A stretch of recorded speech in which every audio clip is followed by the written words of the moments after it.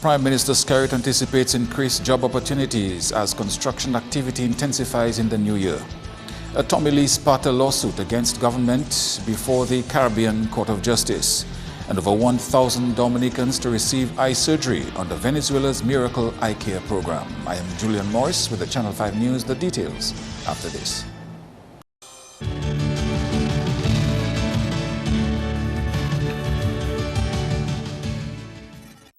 First up, the new year promises to bring increased construction and job opportunities as rebuilding the country enters a new phase. In his Christmas message to the nation, Prime Minister Skerrit says government will launch a pilot health insurance program for young mothers and their children in the new year, a program the Prime Minister says will be used to inform the design of a national health insurance program. Prime Minister Skerrit has also made reference to steady progress in rebuilding critical and vulnerable roads post-Erica as among reasons to be thankful this Christmas. Mr. Skerrit noted that we should also be grateful for the resettlement of an entire village in Dubique with newly built homes in Centre, Granby. He says this has reduced overcrowding within families where previously 2 or 3 generations were sheltered under the same roof. Mr. Skerrit said government was also more confident that we'll be able to construct a geothermal plant by the end of 2019. The Prime Minister says Christmas is a time to seek out and bring cheer to the needy, neglected and forgotten. He believes far too many senior citizens appear abandoned at a time when they need family members the most. The government of Dominica is currently before the Caribbean Court of Justice for the first time since the court became our final appeals court, replacing the British Privy Council. Marpin News reached out to the Attorney General's office Monday afternoon, but at this point we are unable to confirm reports that government has made an offer to the Sparta team. Show promoter Cabral Douglas is suing government for $3 million. This after law enforcement officials refused to allow Jamaican artist Lee Sparta into the country for a concert in Portsmouth in 2014. Lee and his 3-member entourage were arrested at Douglas Charles Airport upon arrival, kept in police custody at the Marigot police station overnight and were deported the next day. The artist claimed to have suffered blood clots and muscle spasms in his leg as a result. Government said its decision was taken in the interest of public safety. The Dominica Association of Evangelical Churches protested the visit, claiming Lee Sparta's music glorified Satan and promoted lawlessness and violence. Promoter Cabral Douglas claimed government's position was illegal, thus his reason for the $3 million suit. The case before the Trinidad-based CCJ is being conducted via video conferencing.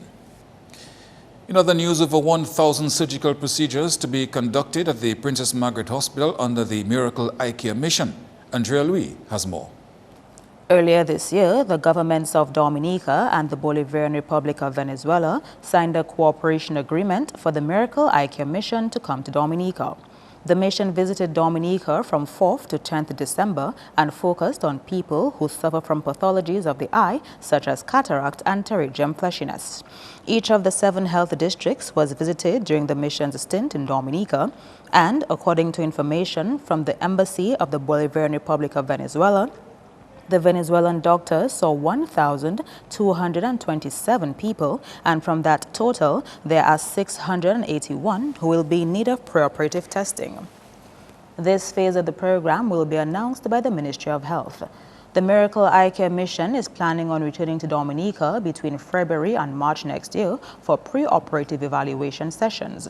This will be followed by the surgical procedures at the Princess Margaret Hospital and conclude with post-operative sessions.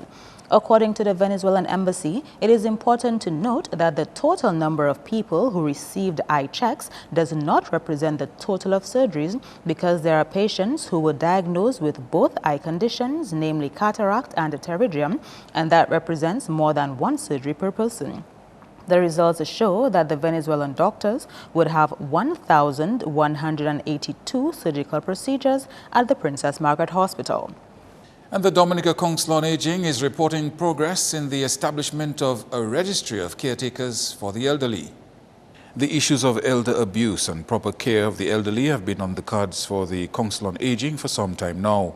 Earlier this year, a facility which provides care for senior citizens began a process of training and registering caretakers.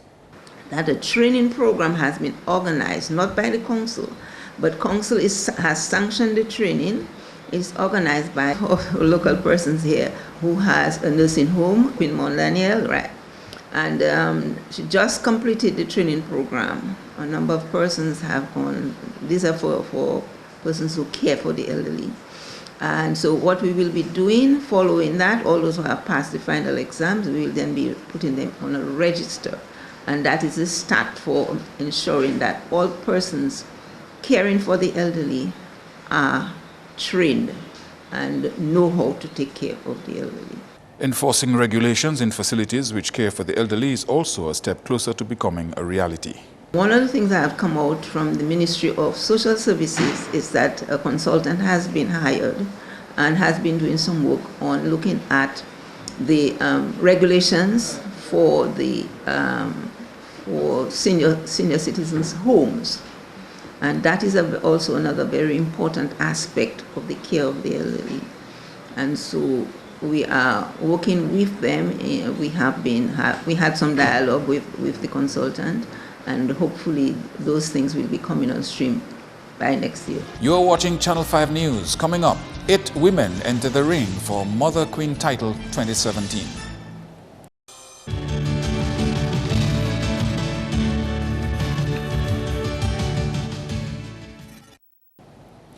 Thank you for staying with us. 8 contestants for next year's Carnival Mother's Queen show have been launched.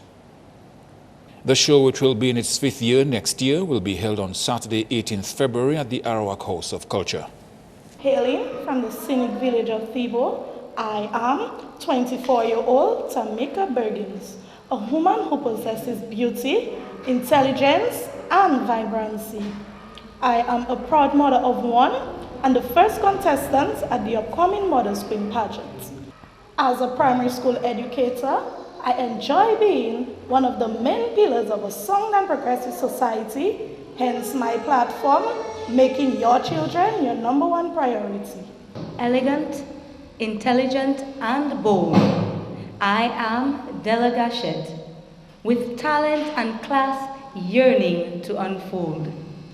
I was born and raised in the peaceful and tight-knitted community of Emzor. Therefore, I value my family and my role as a mother. I am 25-year-old Esther Prentice, proud mother of 1 from the vibrant community of Silver Lake. I urge each and every one of you to come support me and 7 other contestants on the 18th of February 2017. I am 43-year-old Miss Royat Cook, representing the village of St. Joseph. I am also the proud mother of 14 children. And as they say, age ain't nothing but a number. I am waiting to see you on February 18th, 2017. Good evening to all. I am Miss Nelista Tavani. I'm 19 years of age. I am a mother of 2 from a beautiful village of Scottsdale. I am urging you to support me on the 18th of February at the Arawak House of Culture. Standing before you is none other than 22-year-old Aquina Victorine. I am proudly representing the community of Goodwill. I am a proud mother of 1. I urge every one of you to come support me and my 7 lovely sisters as we vie for the title of Carnival Mother's Queen 2017. Contestant number 8, Alex Warrington, who was unable to be at the launching, is sponsored by the Dominica Swiss Diaspora. Una Reynolds is the reigning Mother's Queen. Funds from the Carnival Mother's Queen show will be donated to Chances. Last year's beneficiary was the Education Trust Fund. And Queen contestant number 7, Jade Romaine, plans to increase public knowledge on mental health and reduce stigma towards those diagnosed with mental illness. Romaine was officially launched on Saturday at the Pottersville Savannah. Speaking with Channel 5 News prior to the launching, Romaine said her reason for partaking in the pageant is to discover her real potential. She said she plans on creating awareness of change through the execution of a platform which is focused on mental illness. She says this platform is important for her for personal reasons, seeing that her mother is mentally ill. Romaine says she is determined to create a more supportive and empathetic environment for the mentally ill in Dominica. She says one of her main goals is, if she wins the 2017 Queen title, will be to educate the public on different aspects of mental illness and their treatment. The 24-year-old will represent Gotta Village. And the Bells Road near the primary school, which experienced a culvert failure, has been reopened to traffic temporarily. During construction, a section of the remaining road width was compromised through the collapse of the excavated road edge. This rendered the remaining section of the road width insufficient to safely accommodate vehicular traffic. Although the road was reopened, the public has been informed that the construction work will not be completed by Monday as expected. Therefore, motorists and pedestrians are being called upon to traverse the road with due care and caution. And according to the Jamaica Observer, following reports of the distribution of plastic rice, the Jamaica Customs Agency, JCA, is advising that it has temporarily ceased the clearance of rice at all ports of entry. The JCA says it has convened a meeting with the relevant regulatory agencies, including the Bureau of Standards, BSJ, the Ministry of Commerce, Industry and Fisheries, the Ministry of Health and the Jamaica Constabulary Force in order to verify the breach and the mechanisms for moving forward. The JCA is urging the Jamaican consumer to report if they have bought this product or are aware of the place of distribution so that steps can be taken for the removal of the product from the market. You're watching Channel 5 News. Coming up, your sports highlights with Kenny Williams.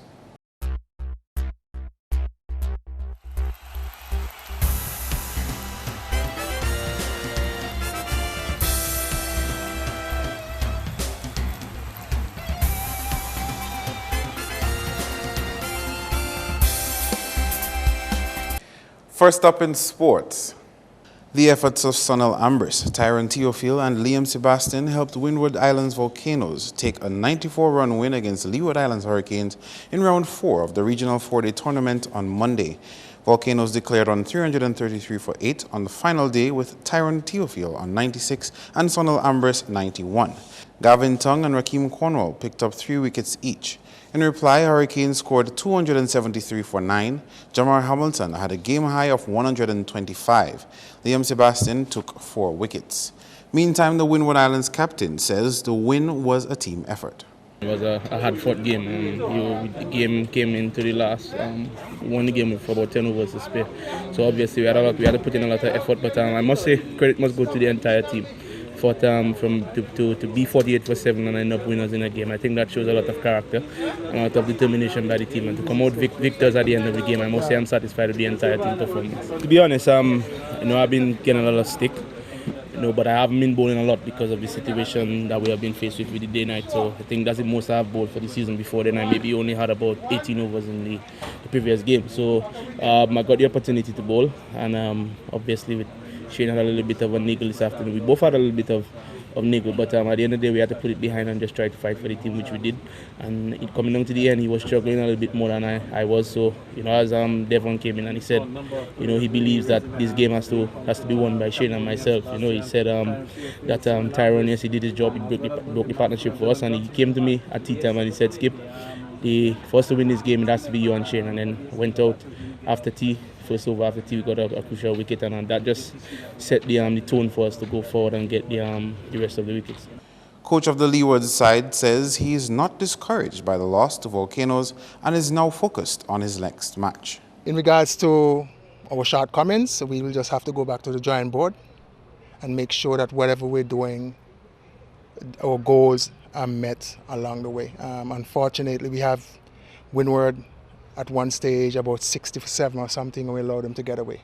You're not going to win matches allowing one team to get from under 100 to 7 to 293. We weren't patient enough in this game. The bowler was too attacking, looking for wicket every over. I personally will address that with the team. The other thing that we will do, we're not going to allow a team to recover and allow them to score at such a high rate per over as what happened in this game. Windward Islands Volcanoes will face Barbados Pride on Friday. On the football scene, defending champs Dublin FC has maintained their lead at the top of the points table as action continued in the DFA Flow Premier League on the weekend. Defending champion Central Cooperative Credit Union Dublin Football Club won their 5th straight match in the second round with a 4-0 win against Bath Estate FC on Saturday. Chad Bertrand scored 2 and Ludwig Bertrand 1 for Dublin, with an own goal complements a Bath Estate player. At Dublin, Wacky Rollers got their first win in the second round with a 2-0 victory over RIC Kensborough. Barrington Charles and Dave Isles scored for Waukee. In an unexpected turn of events, Middleham United defeated Northern Concrete and Steel Bombers 1-0. Kimon John Baptist scored late in the second half to secure the win for Middleham. On Sunday, Caribbean Cool Harlem United continued their perfect run in the second round when they defeated Sagicor Southeast 4-1 at Geneva. Kasim Peltier scored a brace for Harlem with single goals from Idoni Samuel and Donan Gervais. Southeast scorer was Chad Phillip. In the Exodus versus Petro Caribe Point Michel game, Exodus won that match 2-0. Delbert Hazel scored from the penalty spot for Exodus at the interval, and Delbert Daly got the second goal in the second half. Meantime, in the Division 1 League, Trafalgar FC defeated Andy Williams Spartans 3-1. Garel Barron, Hudson Toussaint, and Craig St. Rose scored for Trafalgar, while John Matthew netted for Spartans. East Central went past Maui Soccer Strikers 4-1. Stephen Charles scored twice for East Central, with one each of the boots of Elton Mark and Michael Gasper. Derval John got the lone goal for Maho. Meantime, in the secondary schools football, the under-17, 15 and under-20 category champions of the Sports Division football tournament will be decided when those games take place this week.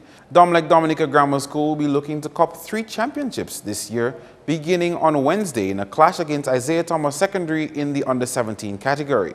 On Thursday, it will be a clash of the under-15s when Dominica Grammar School takes on St. Mary's Academy at Newtown Playing Field from 2:30 p.m. And on Friday, the under-20 champion will be decided when DGS come up against Isaiah Thomas Secondary School. On to international cricket, where head coach of the Indian Test team, Anil Kumble, believes India has the potential to become the best Test team in cricket. This as the world's #1 thrashed England in Mumbai on Monday to seal the 5th consecutive series win and extend their unbeaten run to 17 matches, defeating England by an innings and 36 runs. Virat Kohli's 236 in the first innings and R. Ashwin's 12-wicket haul helped put India in a comfortable position to secure the win. The final scores from that match: England 400 and 195 all out, India 631 all out. India won the 5-match series 3-0. Next up, boxing coach Job Joseph says although the Dominican squad had some good results at the latest staging of the Caribbean Development Boxing Tournament in Barbados, there is always room for improvement. The Dominican squad came back with 2 silvers and 3 bronze medals. I think the boxers did their best, so if you say it's pretty good results, I may go with it, but partially I think I wanted better results because we came back with 2 silvers and 3 bronze. I wanted 5 goals. As a coach, you always want the best for your boxers. Nathaniel Joseph stood out among the crop of Dominican fighters at the competition. But I think our best boxer in that tournament was one of our youngest boxers, Nathaniel Joseph, who won his first match by stopping the guy in the first round, knocking out the guy in the first round. In the second round, when he went to the finals, he was echo. He fought the second round when he lost, better than the first round. I mean, he dominated the round. Like in boxing now, the rules change. It's like professional scoring now. So you can only win a round 10-9. The only time you can win a round 10-8 or 10-7, you're going to knock out the guy twice in one round. Nathaniel did that. He knocked down the guy twice in the first round, but the guy made it through. In the second round, and that's where experience came in. In the second round, he started dominating the fight again. And what happened? He went back to the ring and fall back over, and the guy was punching. Now in the rules now, if you fall back over and not punch and the guy is punching, the referee can stop the match, and that's how we lost. And that have totally to do with experience. If not another more experienced boxer, he will not find himself in the corner just hands up, you know? And he wasn't hurt nothing, but because that is the rules, he had to go down that way. So that's why I believe that we in Dominica and the rest of the smaller countries, we need to have more bouts behind us. You know, because the guys that we're fighting against, these guys have much more fights than us because they are more active than us. And I think that's making a big difference. If we get active, I think Dominica will do very, very good in boxing competitions.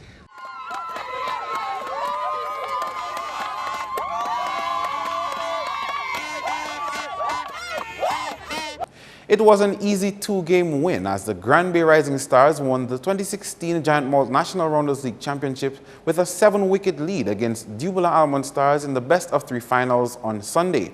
Dubula batted first and scored 268 for 9 in 40 overs. Charis added 56 from Britta and Corel 36 not out. Set 269 to win, Granby replied with 276 for 3 in 36 overs. Sherb Elize top scored with 68, Ophelia Henry added 62, and Frederica Carbon 32. Sherb Elize is vice-captain of the Granby side. Well, we can't explain it. We are a new team. We just formed last year. We made it to the finals, but we did not win. This year we came with strategy.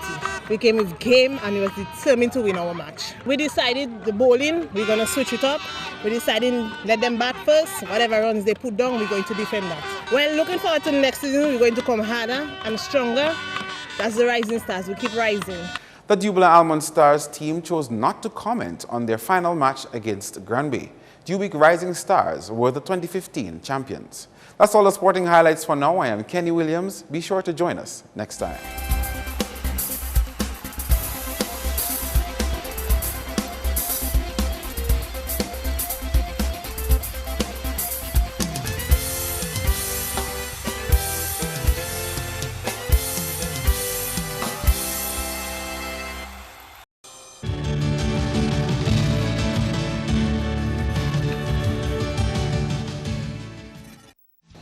To end the news, the headlines again. Prime Minister Skerritt anticipates increased job opportunities as construction activity intensifies in the new year. Lee Sparta lawsuit against government before the Caribbean Court of Justice. And over 1,000 Dominicans to receive eye surgery under Venezuela's Miracle Eye Care program. Feel free to contact us at news@MarpinNewsDec12th2k16. You can also access our past newscasts on our YouTube channel. On behalf of the production team, I am Julian Morris, and to all our viewers around the world, thank you for watching.